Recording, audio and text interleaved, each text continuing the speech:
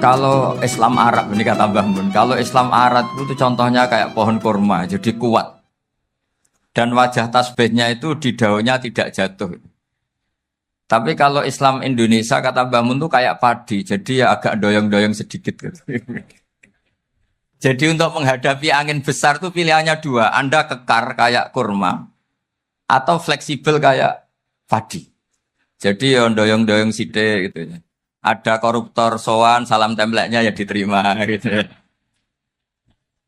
Ada calon bupati cantik ya didukung. Pokoknya agak-agak doyong gitu. Tapi baru kayak doyong itu nggak bisa roboh karena fleksibel. Jadi kazar in akhraja syatahu. Jadi ada dua tamsil. Karena memang menghadapi orang fasik, orang dolim ini kita sebagai ulama itu ya kebingungan. Ini mungkin Ki Afif bisa bahsul masail ini. Karena pertanyaannya gini, saya berkali-kali digojlok sama bapak saya. Berteman orang fasik hukumnya gimana? Pasti dijawab haram. Tapi kalau pertanyaannya dibalik, membina orang fasik hukumnya gimana? Baik. Dan bisa membina kalau berteman.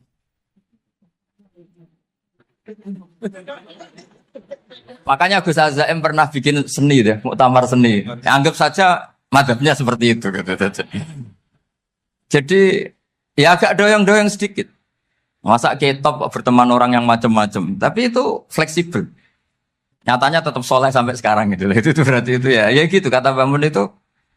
Jadi untuk menahan angin yang besar pilihannya hanya dua. Anda kokoh kayak pohon kurma atau fleksibel kayak padi. Nah, Islam Indonesia kata Mbah Mun itu pari wae katanya, padi. Jadi ungkapan-ungkapan para masyayikh ini penting karena khazanah yang saya baca. Saya berkali-kali cerita ini dalam kitab Khilyatul Auliya. Itu Abu Nu'aim Al-Asfihani cerita tentang riwayat Sufyan bin Uyainah. Ini gurunya Imam Syafi'i. Itu setiap kali Nabi Isa dan Yahya, ini dua nabi yang sekurun, sama-sama masih muda. Nabi Yahya itu senengannya dolan ke orang-orang soleh, menyambangi orang-orang soleh. Tentu itu bagus. Tapi kalau Nabi Isa ini suka menyambangi orang-orang yang fasik, orang-orang yang nggak jelas. Ketika dua beliau ini ketemu, tentu yang perlu jawaban Nabi Isa karena kontroversi, berteman sama orang-orang yang nggak jelas. Kata beliau, innama ana tabibun udawil mardo. Seorang kiai, seorang nabi, orang yang baik itu ibarat dokter. Di mana-mana dokter tuh ngobati orang yang apa? Sakit. Kalau Anda dokter dan peneliti satu penyakit, pasti cari daerah yang banyak pandeminya. Masa neliti pandemi di orang-orang yang apa? Sehat. Jadi ini juga perlu dibahsul masail karena tadi dibolak-balik itu. Bina orang berteman orang fasik hukumnya haram karena wa in kana dasarin fajanibhu suratan. Tapi kalau bina orang fasik hukumnya baik. Bisa bina kalau berteman. Jadi fikih itu ya karek diwolak-walik. Makanya sholat juga gitu. Sholat yang tumak ninah yang lama itu ya bagus. Masa jagongan mbek pangeran enggak asik. Jagongan sama teman aja asik, masa jagongan sama pangeran tidak apa? Asik. Tapi kalau Ibnu Abbas sholat tuh cepat. Ketika ditanya, kenapa kalau Anda sholat cepat? Setan baru tata-tata mau goda, sudah selesai. Kata. Karena setan itu ya jaga jaim tuh, jaga image. Jadi kalau mau goda orang itu ya surinan dulu, macak-macak dulu. Ternyata mau ke situ sholatnya sudah selesai. Lah kebetulan mazhab saya itu yang kedua itu gitu. Jadi kalau Gus Azaim itu sholat lama sekali, itu ada madhab tandingan, yaitu madhab saya. Itu karena ini sepuh saya, meskipun top beliau tapi sepuh saya. Saya sudah 50, beliau baru 40. Ini berarti baru memulai kiai. Kalau pakai umur nubuah ini baru tapi memulai. Jadi madhab itu penting. Jadi pembanding itu harus diutarakan. Sehingga dalam fikih manapun, itu sebuah madhab, itu harus diuji itu lewat pembanding. Dulu itu setiap debat fikih antar ulama, itu mesti nggak ada yang menang. Misalnya saya kiai kelihatan miskin tuh ya baik supaya santri-santri yang miskin itu punya teman gitu. Karena rata-rata santri itu miskin. Nah, dikancani kiai kan seneng gitu. Tapi problemnya kiai yang miskin itu ya nggak bisa nolong santri karena dia sendiri apa? Miskin. Makanya dulu Imam Syafi'i itu pengagum orang miskin. Setelah ngaji Imam Malik tanya, ya Imam Malik, orang yang sealim jenengan itu siapa? Jawabnya Imam Malik lucu. Dulu Abu Hanifah, sekarang orangnya sudah meninggal ya. Ilmunya dititipkan atau diwaris oleh Muhammad bin Hasan Asy-Syaibani. Akhirnya Imam Syafi'i dibiayai Imam Malik ke Irak. Imam Syafi'i miskin, bisanya ke sana dibiayai Imam Malik. Itu seperti Abu Ya Said Muhammad masyhur, ini murid beliau. Kalau ada santri boyong kan mesti apa? Disangoni. Disangoni. Ketika datang ke Irak, Muhammad bin Hasan Asy-Syaibani itu nata uang, nata emas itu di ruang tamu. Jadi ngitung uang itu di ruang tamu. Miliatan. Ini kaget, ini kiai kok kedonyan kata Imam Syafi'i itu. Tapi apa kata Muhammad bin Hasan Asy-Syaibani? Anda kagum ini, Anda kaget ini. Kalau kamu menyoal orang soleh kaya, ini tak kasihkan orang-orang fasik. Biar dipakai judi, dipakai selingkuh, dipakai maksiat. Jangan-jangan. Harta ini harus tetap di orang soleh. Kalau ke orang fasik, bahaya. Berarti kiai boleh kaya. Boleh-boleh. Semenjak itu ada gerakan kiai kudu sugih. Ya ada yang kesampaian, ada yang enggak gitu saja. Tapi karena kalau pakai logika fikih, harta itu fitnah. Oke, seakan-akan harta itu masalah. Tapi kalau ini dikuasai orang dolim, maka masalah besar. Jika orang-orang soleh ini harus juga menguasai harta. Nah, terus lama-lama dikiaskan kekuasaan. Kalau yang kuasain orang fasik, orang tidak sholat, ribet. Akhirnya kiai terus dukung, ya akhirnya ikut politik tadi. Nak menawa bupatinya kena diatur gitu. Diatur kon sholat, orang yang sesi proposal, maksudnya diatur keng sholat maksud. Ini cerita-cerita apa logika-logika fikih. Makanya saya sering ngaji kitab-kitab itu, di antara yang saya suka adalah ada dialog besar yang terjadi di antara orang-orang pilihan, termasuk bahkan di antara para nabi dan Tuhan. Jadi unik. Allah sendiri kadang mengajari kecerdasan para nabi itu ya lewat dialog. Masyhur itu, Nabi Ibrahim itu punya ruang khusus untuk sholat, dan tidak boleh siapapun masuk situ. Tahu-tahu ada yang sudah di situ. Beliau membuka, kaget. Siapa memberi izin ke kamu yang punya rumah ini? Saya yang punya rumah dan saya tidak memberi izin kamu. Yang memberi izin saya itu yang punya saya, kamu dan rumah ini. Yaitu Allah Ta'ala katanya. Wah berarti kamu malaikat dong? Iya saya malaikat Israel. Disuruh nyabut nyawa kamu. Ya agak sopan karena agak pernah mondok di Salafiyah gitu. Itu akhirnya Nabi Ibrahim bilang, wah itu keliru, Anda pasti keliru.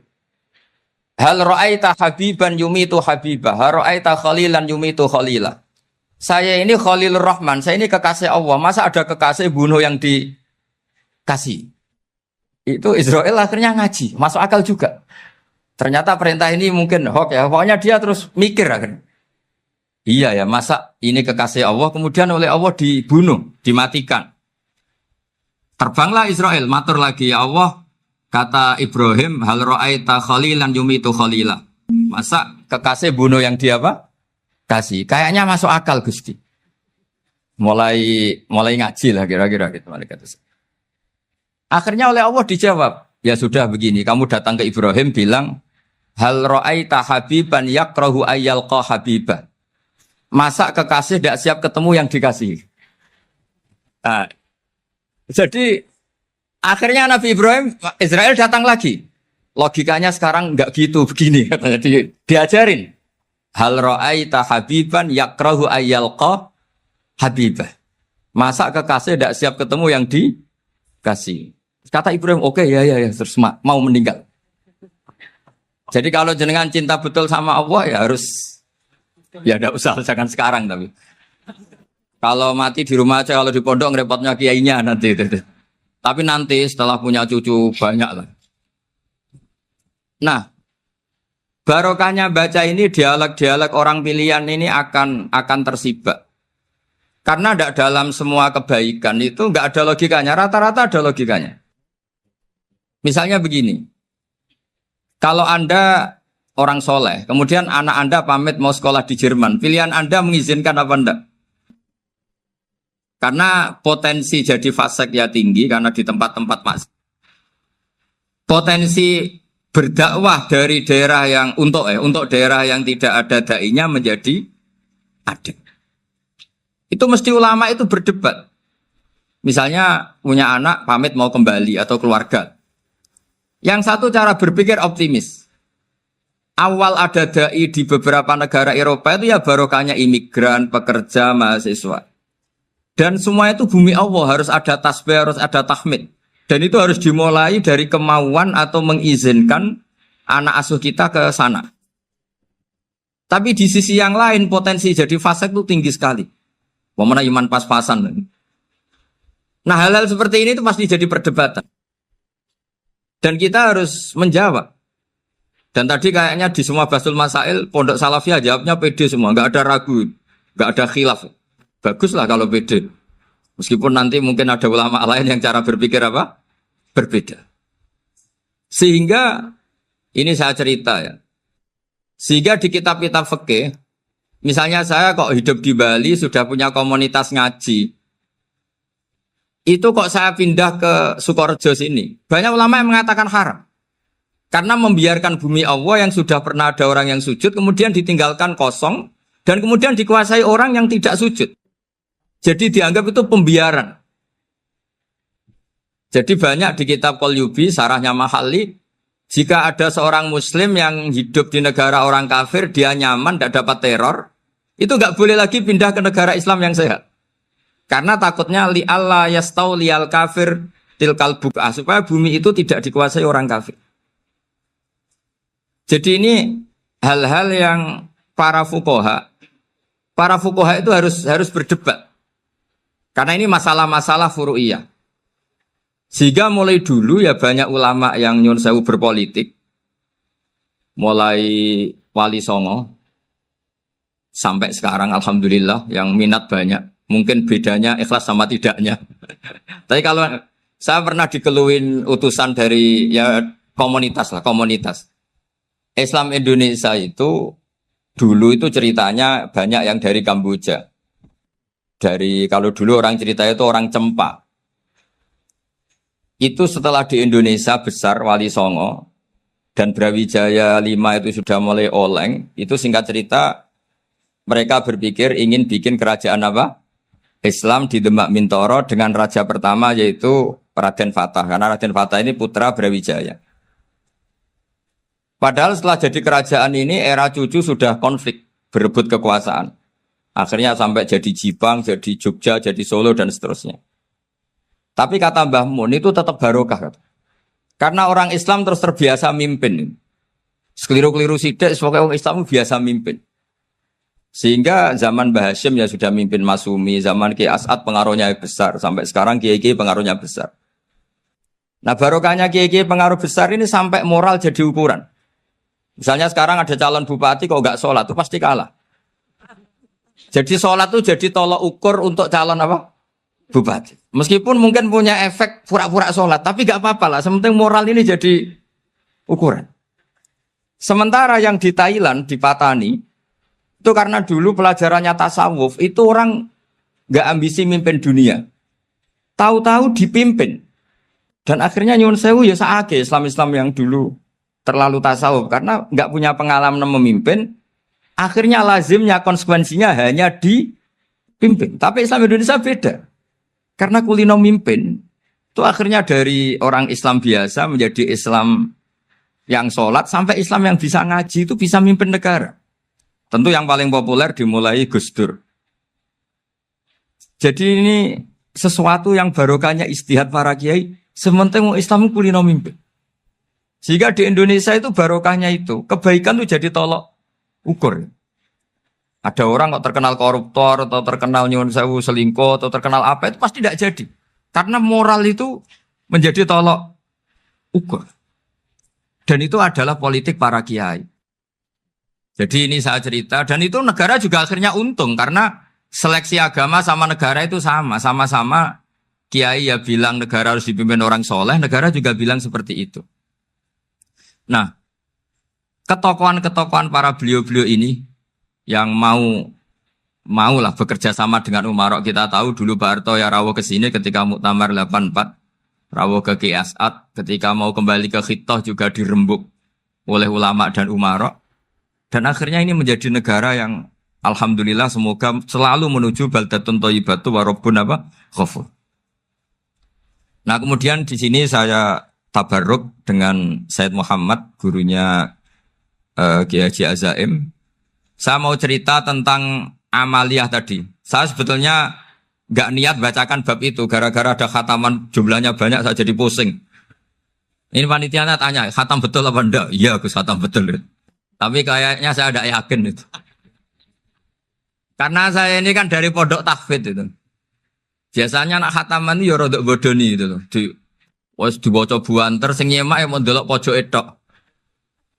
Mergo kebanteran. Nah, akhirnya lafat-lafat yang di tengah itu enggak di apa? Baca. Tapi ya semoga dimaafkan Allah lah. Yang jelas itu enggak. Tapi saya mau cerita ya. Jadi cara berpikir Said Muhammad ini nanti juga saya teruskan di Ma'had Ali. Ini saya baca ya. Di antara yang diyakini madhab Malikiyah, ini saya baca saja teksnya. Jadi ada riwayat namanya kalau Said Muhammad bahasakan itu Ataqoh Somadiyah. Kalau di Indonesia kadang orang bilang Al-Ataqoh Al-Kubro. Yaitu dengan membaca surat Ikhlas, di sini jumlahnya hanya 100 kali, kila 1000 kali. Tadi berapa teman? 700 juta ini sudah susuk banyak ini. Di sini hanya 40, riwayat lagi 100, 1000. Terus sampai tadi berapa? 800 juta. Wah, ini sudah susuk ini. Itu anak cucu sampean pasti masuk surga itu kalau gitu. Ini saya baca, ini kitabnya Said Muhammad ini. Suratul Ikhlasi wal Itqu minan nar. Akhrajat Tabrani fil Kabir an Fairuz Ad-Dailami wa Ibnu Ukhtin Najasi. Waqad khadaman Nabiyya sallallahu alaihi wasallam. Orang ini jadi khadimnya Nabi. Qala Rasulullah sallallahu alaihi wasallam, "Man qara'a qul huwallahu ahad mi'ata marratin fi shalat ghairiha katabahu lahu bara'atan minan nar." Ini hanya berapa ini? Mi'ata marrah. Berarti kalau satu orang itu cukup 100. Tadi sudah untuk 7 turunan tadi untuk orang berapa? Ya, untuk 7 turunan cukup ya? Untuk 7 turunan. Ya sudah susuk ini. Duh, ribet ini. Nah, ini tak cari pembenarannya, ini supaya keren. Ini di halaman 188 Abwabul Farad. Warwa Ibrahim bin Muhammad Al-Khiyari fi fawaitihi an Khudzaifa marfu'an. Mangkoro akul huwallahu ahad alfa marrotin fakotishtaro nafsahu minallah. Berarti 100, ada riwayat lagi 1000. Nanti tak carikan lagi yang berapa? 1 miliar.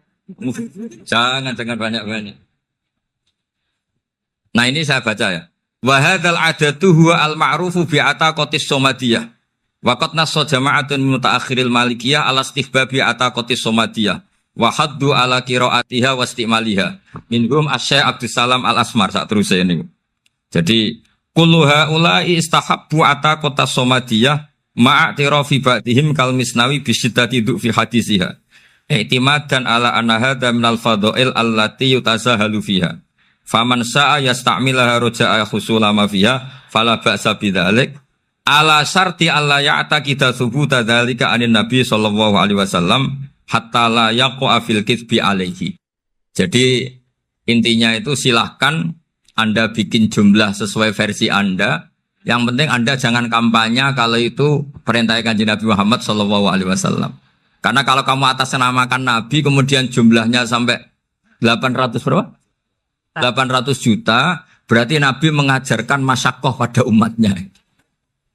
Jadi cukup yang riwayat itu di sini hanya 100 sama 1000. Jadi kalau jumlah tadi untuk 7 apa? Turunan. Jadi kamu harus ditutup dengan doa, ya Allah, semua itu bukan untuk saya tapi untuk 7 turunan. Tolong catat ya Allah. Karena jadi artinya gini loh ya, orang Indonesia yang sering mempraktekkan atakosomadiyah itu bukan tanpa dalil. Ternyata dalam mazhab Maliki, saya masih ingat ketika mbah saya kandung, bapaknya bapak, asmane Mbah Nur Syam, itu wasiatnya minta dibacakan 4.000. Yang baca pas itu ya bapak sama anak-anaknya. Dan kemudian alhamdulillah zaman akhir itu mulai agak ngawur.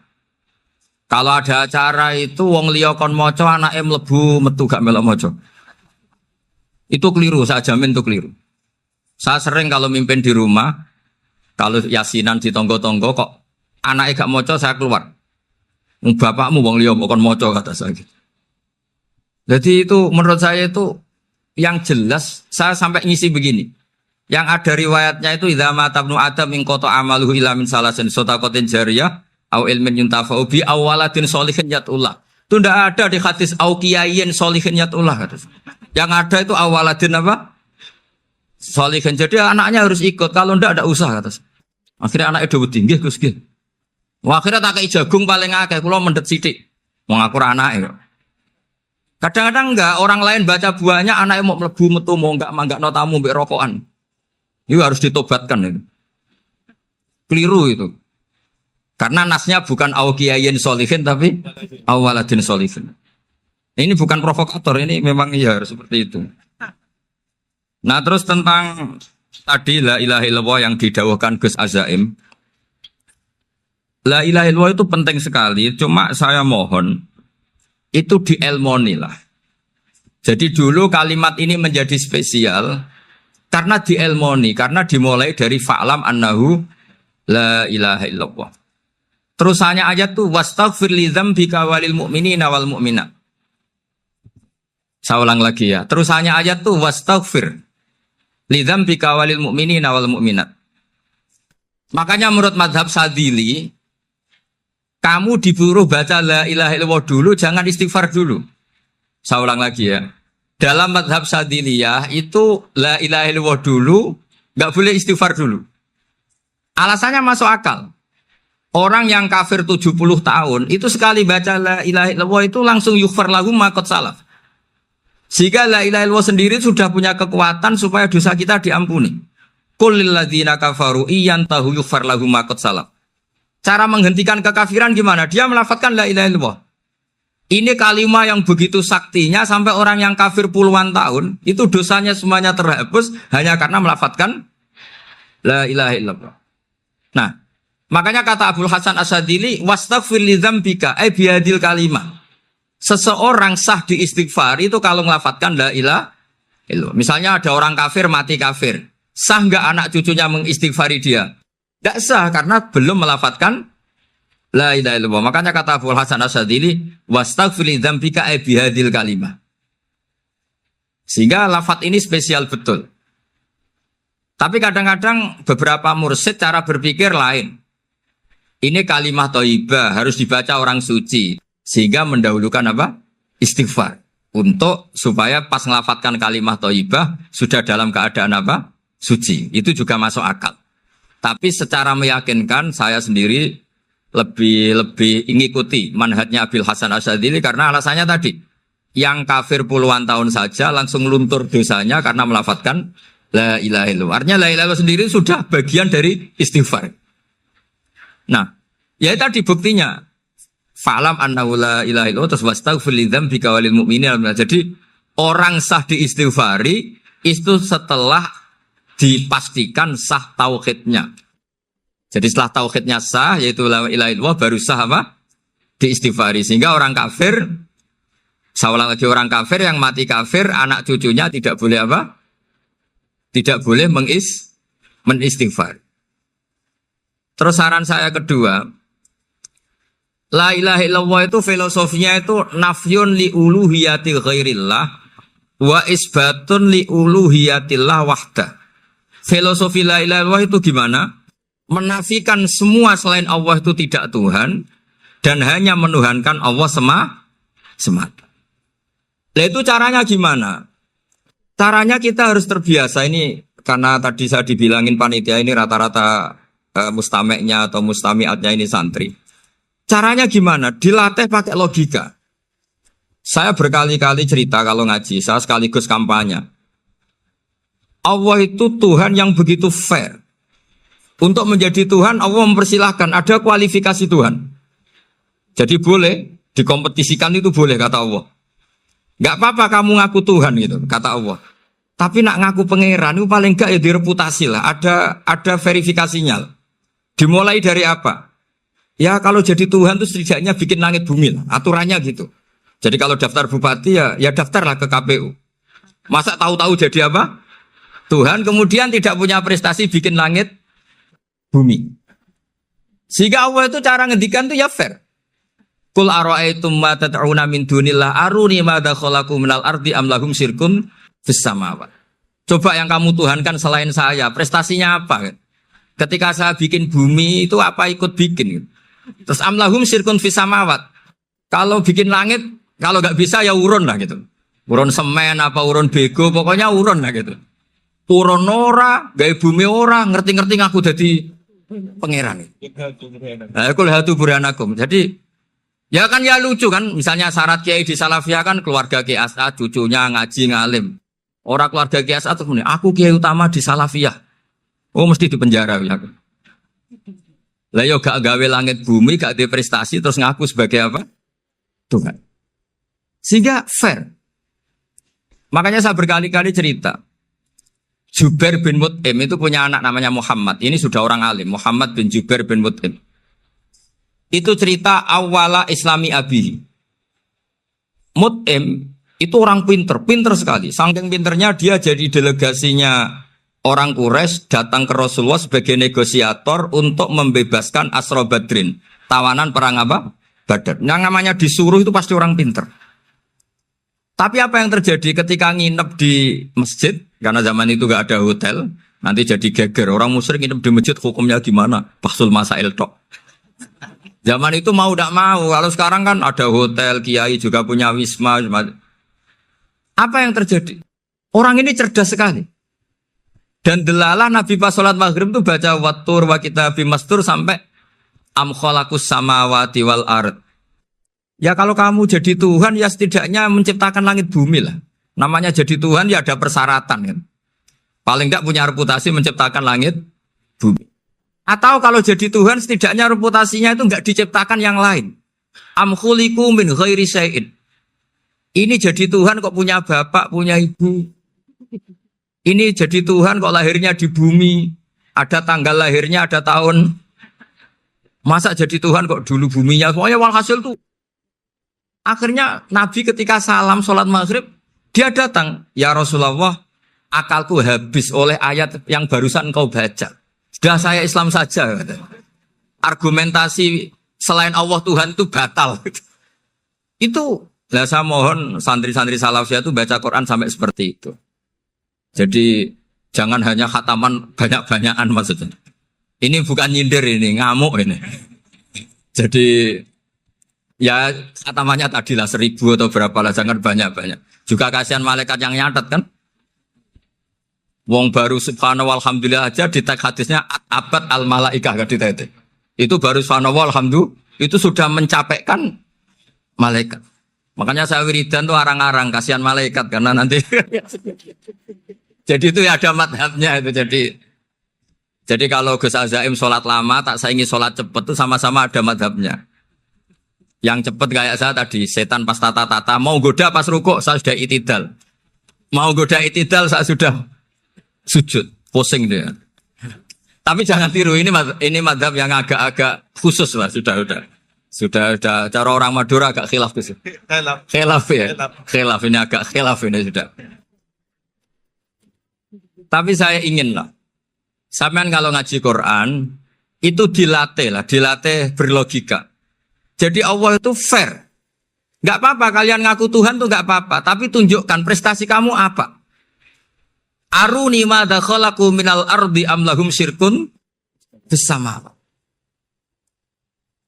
Am khalaqus samawati wal ard. Diulang lagi, am khuliqu min ghairi syai'in. Setidaknya kalau jadi Tuhan itu ya gak butuh yang lain lah. Masa jadi Tuhan kok wujudnya saja butuh orang lain, butuh bumi eksistensinya butuh makan, butuh minum. Makanya Allah cara meniadakan uluhiyah selainnya itu Allah itu redaksinya itu mengena sekali. Yaitu tadi dengan cara-cara seperti itu. Sebagian ayat disebutkan ma asyattuhum khalqas samawati wal ardi wala khalqa anfusihim. Wong Tuhan kok nggak punya reputasi bikin langit, bikin bumi, bahkan untuk menciptakan dirinya sendiri saja nggak bisa. Ya sudahlah, kamu nggak usah ngaku Tuhan, nggak level katanya dia tahu gitu. Akhirnya terus ditemukan Tuhan yang sejati, yaitu wal awwalu wal akhiru wal zahiru wal batin. Nah itu yang Mut'im ini tadi termasuk orang yang sangat cerdas sekali. Padahal itu bacanya bukan pas basul masail, enggak. Nabi pas sholat maghrib. Juga bukan pas ceramah, enggak. Tapi itu didengarkan. Makanya termasuk ini spesial untuk hormat saya kepada Ki As'ad. Makanya saya ini kalau mentasjek santri-santri, ini agak sensitif, tapi sudah saya tidak perlu takut fitnah. Saya termasuk kenapa saya ingin jadi ahli tafsir, tentu yang membentuk itu Mbah Maimun dan bapak saya. Bapak saya itu hafal Quran kayak hafal Fatihah. Saking senangnya Quran itu. Mungkin bisa kamu saingi itu. Itu adalah orang kafir itu bisa paham Quran. Itu sangat menyinggung saya. Orang kafir itu bisa paham Quran. Ketika Umar Islam itu karena mendengar apa coba? Mendengar apa? Quran. Dan itu masih kafir apa sudah Islam? Masih kafir karena kalimat-kalimat yang di Quran itu begitu jelas wal kitabil mubin sehingga didengarkan orang kafir pun tuh ngefek. Makanya ketika Umar datang ke saudari putrinya, kemudian dengar Toha ma anzalna alaikal Qur'an apa? Litasqa, itu dia terus iman. Begitu juga Mut'im. Itu ketika dengar Nabi baca surat At-Tur ya langsung iman. Makanya kata Ibnu Jarir At-Tabari, kamu jangan pernah bilang gini, syaratnya paham Quran itu harus alim, harus gini. Lah nanti berarti orang kafir punya alasan di depan Allah, ya Allah, engkau ngandani kami dengan Quran yang nggak bisa difahami kecuali alim dulu. Lah saya alim gimana? Nggak pernah mondok. Mondok gimana? Saya kafir. Jadi artinya gini loh, kata Ibnu Jarir At-Tabari, Allah tidak mungkin mengatakan gini, ifhamil Quran bima la fahmalaka. Quran itu harus kamu fahami. Sementara orang kafir karena lafadznya Quran khusus nggak bisa memahami. Makanya Quran itu dibaca. Itu banyak orang kafir yang menjadi muslim karena mendengar apa? Al-Quran. Padahal kafir. Nah termasuk tadi Muhammad bin Jubair bin Mut'im ini itu menjadi Islam ya karena mendengar Quran. Padahal dia saat itu masih apa? Kafir. Karena tadi logika misalnya nggak paham secara lafadz Arab. Sekarang misalnya nyuwun sewu ada orang ateis. Saya pernah didatangi seorang ateis yang nggak percaya Tuhan. Saya mau Islam Pak Ba, asal Anda bisa menjelaskan Tuhan itu siapa. Coba Quran dibaca secara makna, tidak secara lafaz tapi secara makna. Begini misalnya, ada orang ateis datang ke saya, Pak Ba, saya mau Islam, asal Anda bisa menjelaskan Tuhan itu siapa. Terus saya tanya, ini ngajak goblok-goblokan apa pinter-pinteran kata saya. Terus dia jawab, ngajak pinter-pinteran Pak. Saya ini doktor katanya. Maksudnya di akademiknya dia doktor, mungkin jurusan matematika atau apa, tapi di ketuhanannya jeblok.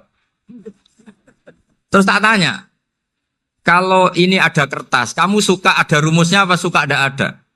Ya suka ada rumusnya. Kenapa ada kertas? Ya karena ada yang bikin.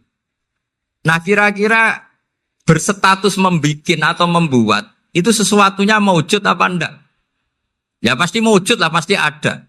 Ya sudah, anggap Tuhan itu adalah sebab dari semua yang ada.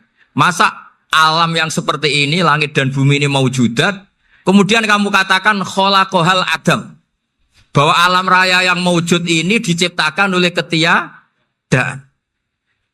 Ya juga, berarti Tuhan itu ya. Ya itu yang namanya Tuhan. Lah mulai dulu kiai-kiai ngomong gitu kan saya Islam katanya. Jadi kiai-kiai itu kadang-kadang kalau dakwah pokoknya kabeh digawe Tuhan. Beda dengan dakwanya orang-orang mantek.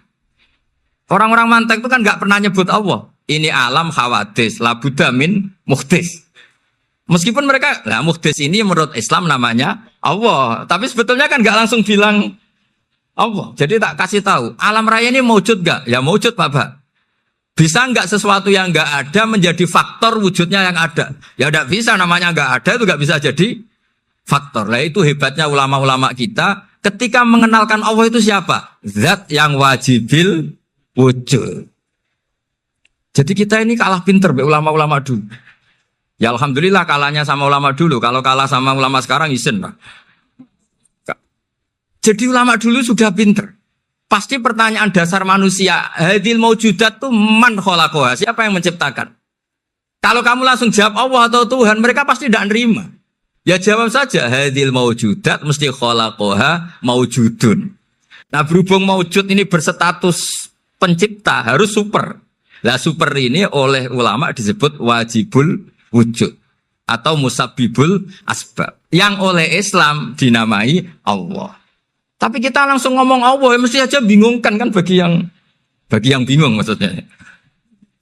Ya saya mohonlah kalimat-kalimat la ilaha illallah itu diamatilah, diresapi sampai seperti penjelasan saya ini, sehingga punya kualitas ilmu. Karena syaratnya memang fa'lam, harus punya kualitas apa? Ilmu. Ilmu itu apa? Ma'rifatus syai' ala ma huwa alaih. Mengenal sesuatu sesuai detail-detail sifatnya sesuatu itu. Misalnya kalau Allah sudah jadi Tuhan, ya harusnya qabla kulli syai'. Masa Tuhan sama yang dituhani wujudnya dulu yang dituhani. Ditemukanlah sifat awal atau qadim. Makanya benar Gus Azaim tadi, kalau sudah bertauhid harus hafal akidah berapa khamsin. Dimulai apa? Wujud. Kenapa harus dikatakan wujud? Karena alam raya ini kadung maujudan. Hadhil alam maujudun. Masa maujudun khalaqahul adam? Masa maujudat khalaqahul adam? Nah itu yang disebut am khuliqu min ghairi syai'in am humul khaliqun. Jadi saya mohon semohon-mohonnya, cobalah tradisi-tradisi lihat baru ayat ini dihidupkan lagi, sehingga kita baca Quran itu sekaligus menjadi orang yang sangat argumentatif.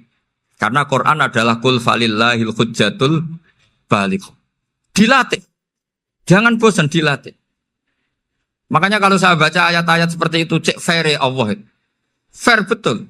Gak apa-apa saya punya pesaing kata Allah. Tapi yang imbang dong. Pas aku gawe langit ya bantulah. Atau ada langit tandingan lah kira-kira gitu.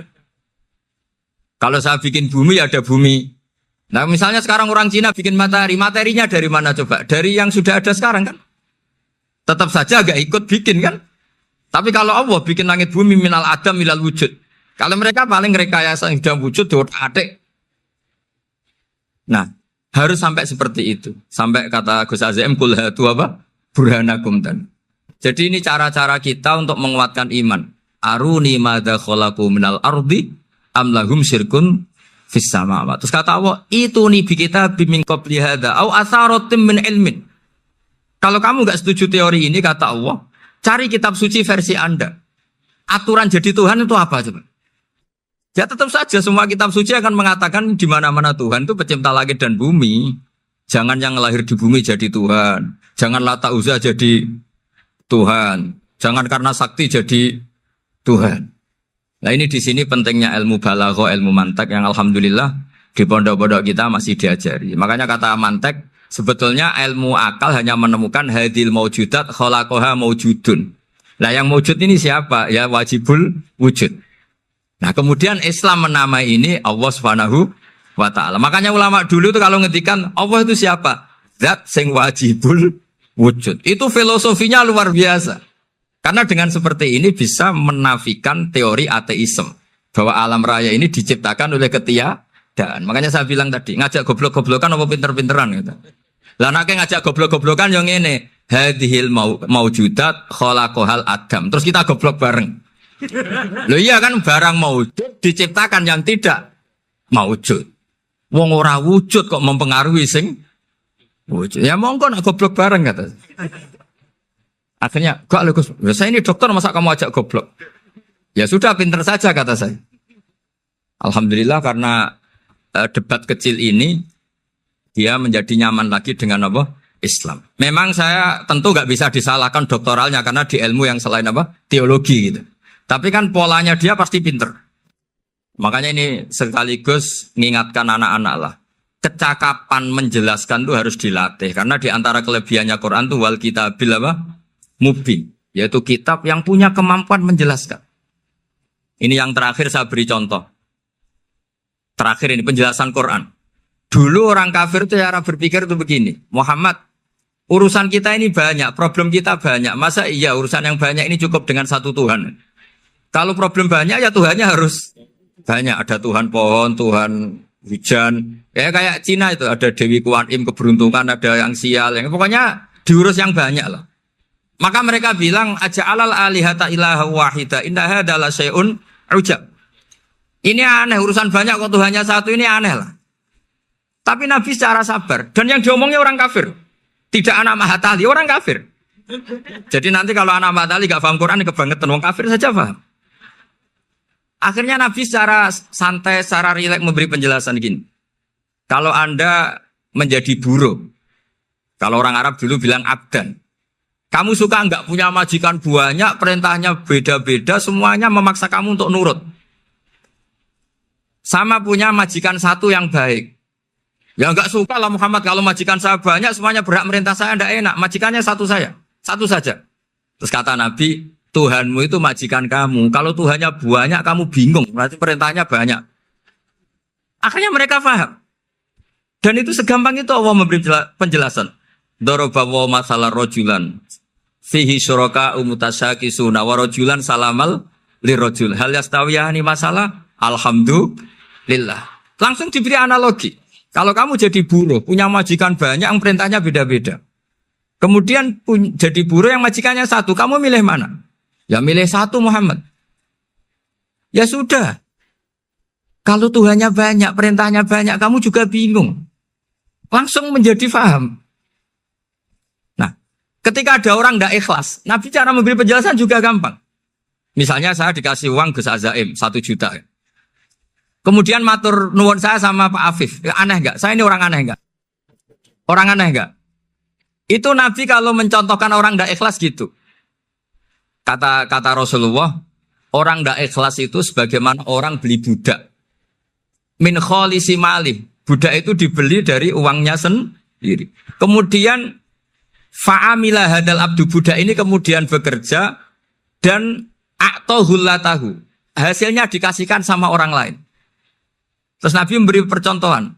Ayasurrukum ayyakuna abdukum kadzalik. Apa kamu suka kalau budak kamu seperti itu? Dulu orang-orang dulu kan beli budak untuk disuruh bekerja terus disuruh setor apa? Hasilnya. Jadi budaknya kamu yang beli, yang biayai. Kalau sekarang mungkin gak ada budak gini lah. Saya nyuruh Zaid, tak kasih mobil, tak kasih bensin, tak kasih uang jalan supaya narik angkot. Hasilnya disuruh ngasihkan saya. Ternyata dikasihkan orang lain dan matur nuwun sama orang. Kamu suka punya budak seperti itu? Ya tidak suka ya Rasulullah. Ya ibaratnya seperti itu. Bumi yang bikin Allah, nyawa kamu yang bikin Allah, semua fasilitas dari Allah. Kemudian kamu menyembah selain Allah. Segampang itu. Dan Nabi telaten sampai dulu yang mayoritas orang kafir menjadi mayoritas Muslim. Dan semuanya tanpa paksaan. La ikroha fiddin. Karena qad tabayyana rusdu minal ghayy. Nah, cara tabayana gimana? Yaitu punya kemampuan menjelaskan. Wal kitabil apa? Mubin. Ini makanya saya mohon lah. Ini saya mohon semohon-mohonnya anak-anak ini kan kader-kadernya Mbak Samsul Arifin, Mbak As'ad, Gus Fawaid, sekarang Gus Azaim, semuanya harus punya kemampuan wal kitabil apa? Mubin. Sehingga di antara sifatnya Nabi itu fatonah, punya kecerdasan. Nabi itu gak pernah debat kalah. Itu meskipun sudah terdesak gak pernah kalah. Pernah Nabi itu ngendikan la'adwa walati orata. Tidak ada penyakit menular. Ada orang yang mungkin kurang suka iseng. Ada onta yang sudah gudiken dijejerno sama yang waras. Ternyata yang waras jadi gudiken. Akhirnya Nabi diundang lah kira-kira gitu. Ya Rasulullah kata engkau gak ada penyakit menular. Tapi ini onta yang gak gudiken tak jejerkan yang gudiken ikut gudiken. Berarti kan menular. Nabi santai jawab. Faman jarrobal awal. Lalu yang pertama gudiken ketularan siapa katanya. Wah kalau ini asli Nabi ya sudah seperti itu. Jadi ngiranya dia menang karena yang gudikan pertama nulari yang kedua. Ternyata Nabi tanyanya lagi, faman jarrobal awala, yang gudikan yang pertama siapa? Oh ini asli ya maksud saya itu. Jadi Nabi itu gak pernah kalah. Karena Nabi punya apa? Fatona. Jadi saya mohon, ya tadi makanya ini efeknya itu khatamannya gak boleh banyak-banyak ya. Maksud saya kalau musim khataman ya gak apa-apa, khataman banyak-banyak. Tapi kalau gak musim khataman ya musim-musim tadabbur gitu. Tapi kalau ini musim khataman ya monggo lah. Cuma saya kok kasihan malaikatnya tadi. Ya, matur mawon minta maaf. Assalamualaikum warahmatullahi wabarakatuh.